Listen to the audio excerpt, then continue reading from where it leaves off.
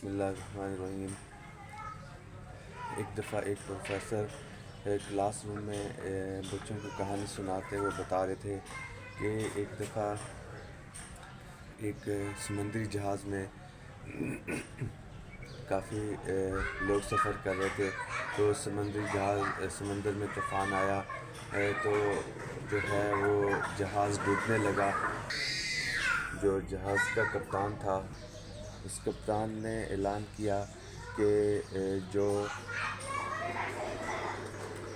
جہاز میں طوفان آ رہا ہے تو سمندر میں، تو آپ لوگ کشتیاں لے کے نہ تو اپنا سفر جاری کرو اور اپنی جان بچاؤ۔ تو سب لوگ جاتے گئے، آخر میں ایک میاں بیوی بچ گئے۔ تو وہ دو میاں بیوی میں سے جو ہے شوہر، اس نے کہا کہ میں جاتا ہوں، تو وہ جانے لگا، تو بیوی کو جو ہے وہ اس میں سمندر میں ڈوبتا ہوا چھوڑ دیا۔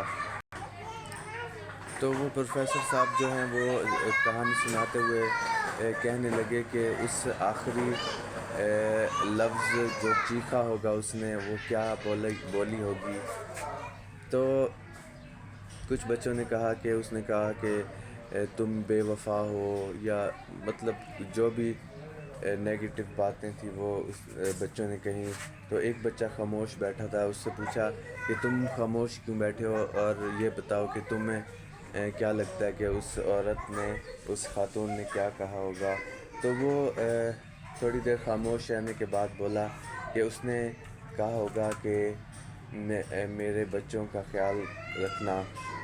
تو پروفیسر صاحب حیران ہوئے، انہوں نے کہا کہ تمہیں کیسے پتہ کہ اس نے یہ کہا ہوگا۔